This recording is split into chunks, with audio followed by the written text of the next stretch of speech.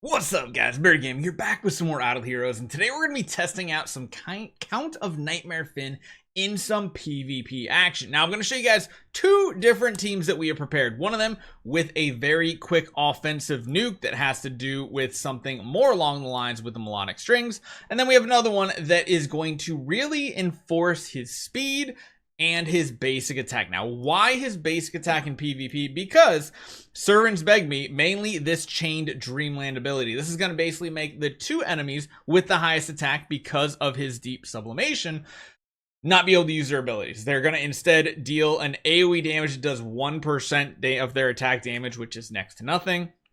And then self and the ally with the lowest HP take damage instead. Meanwhile, reducing their energy by 20, and it's pretty dang powerful. So we have a perfect opponent to go up against too, TNM alt. So like I said, we have a couple presets here that we're going to go with. We are actually going to go with the nuke strategy first, and you see right here, this isn't anything like super special either. We're even using like a Rogan just for that additional speed that you don't see us use all that often. And I'm going to show you guys how this turns out. So remember, this is the one with the nuke strategy where we immediately are using an active ability right out of the gate. And you can see it just absolutely can decimate the enemy lines. Now, there's still, of course, this Doom Terminator Vulcan in the back that's doing a ton of damage. But running a bunch of Demon Bells is going to let him get back to another active skill in round 2. And hopefully nuke them out again. Now we do have a debuff of speed. I don't know if that's going to be a big deal here, but let's see how this turns out. The length of one round of PvP battles nowadays, when there's no CC out, is absolutely crazy. So you see here, the enemy here is still very strong with this Aspen, which is kind of why we don't typically use this strategy as much when we're talking about PvP with this hero. Now we can see if, yeah, no, that's not going to be a win. We're going to take a loss here. And you see Lord of Fear Aspen still completely wreaking havoc with his abilities. However, if we do the same thing and we run a different team with a basic attack right here, things tend to work out a little differently. It is PvP at the end of the day. Things can get funky, but we are instead using a basic. And now you can see right here, we got the clown face on both Freya and that Aspen in the back. So the Aspen just used his main ability. It did absolutely nothing to our team, really increasing our survivability. Now, we really don't want to get too many active skills off at this point with our Finn. We are, of course, going to get a round 2 nuke because he's going to have the energy and everything, but we really want to keep this ability stuck on the Aspen for the entirety of the battle. It's just going to make things go so much easier. And you see here, round 1 battles take forever. In PvP. It's just ridiculous, but you can see how much healthier we kind of feel this time around compared to the previous one. We did, of course, nuke some targets in round 1, which was nice and all, but it's just crazy how many of these effects go in. We do get a nice big nuke, and hold on, wait a minute, he's actually still interesting. And now Aspen still has that debuff right there, taking a lot of incoming damage. And the other nice bonus is this is changing Aspen's ability to not even let him heal. Now you see there at the end of the round, he just absolutely got obliterated, and this did help some of our other heroes get some damage in. So I'm going to run this back a few times so you guys can kind of see how this is playing out for us, because overall this has just been a really fun strategy to do. And you see right there, every time Freya and Aspen are both getting hit with that chained ability is literally what's going to be keeping us alive. So let's just speed this up, let the combat go. If you guys want on YouTube, you can actually slow us down to like 0.5, 0.25 speed if it's going a little too quick for what you guys want to see. I feel like lately, whenever I watch Idle Heroes, ×3 is just way too fast to see what's going on, and ×1 is just way too painstakingly slow. ×2 kind of feels like a nice middle ground. However, when it is a PvP battle like this, where the game goes on forever, it feels like forever.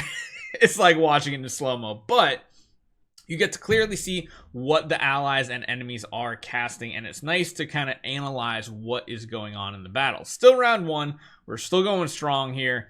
A couple of our allies are getting very low on HP, but you can see right there, we come in with the Finn nuke, and at the same time, Aspen is still not going to be able to do much. Surprisingly, Aspen still got a kill because, of course, he has a crazy high attack value. You can see right here, he just does nothing in comparison. Absolutely nothing. Versus going back and running this same type of team again.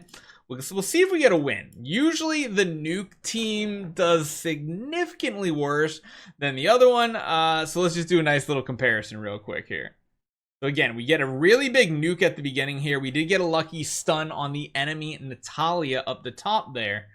The downside is Aspen has free reign to cast his abilities unless Finn doesn't get hit. If Finn doesn't get hit and we're faster than Aspen, he can still get a basic off. But right there, you can see we had a Demon Bell off, which again, maybe not running Demon Bells is the way we can make the nuke team work just a little bit better. Because now we're going to get a round 2 active, and so is Aspen. And I feel like the Aspen active is going to be a lot more impactful. I mean, the fact that our Rogan is weak isn't the biggest of deals in reality. Yeah, we have a lot of Demon Bells set up on this team, and maybe that's the thing. Maybe running a lot more speed artifacts or Ruiz might be the play, and you see right here. Whoo! We just got obliterated, and then, yeah, you see Aspen gets his active skill, just crushes our team. But going in with a basic, pretty fun. I like this setup, honestly. It gives him better speed. It gives him better survivability. And the fact that he just can, as long as he can get off first, that's the most important part. Going first in this battle is going to be big. You see right there, Aspen does a little bit of damage, but not a ton. Let's speed this up to round 2. Get to the big active nuke, which should be coming any second now. I kind of like the Rogan too. The Rogan surviving in the mid game enough is pretty solid because when he uses that active, you get that Bloodthirst ability out.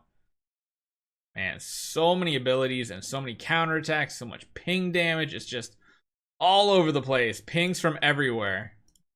There you go. Round 2. Big nuke right there. But again, remember, look at that. Aspen just does absolutely no damage and just completely shuts down the enemy team. And that is what it's all about. So running that basic is actually really, really nice. I'll show you guys right here the basic setup here. We basically just have him with Breath of the Forest Spirit, which honestly, I think running like an AMB or something like that could be even better if you have it. And then tons of Demon Bells is the way to go. But yeah, this basic attack, this Chained Dreamland, if only you could place it on bosses. But the very last line says the effect is invalid against bosses. So powerful. Hope you guys enjoy this one. Let me know what you guys think. I'll see you guys next time.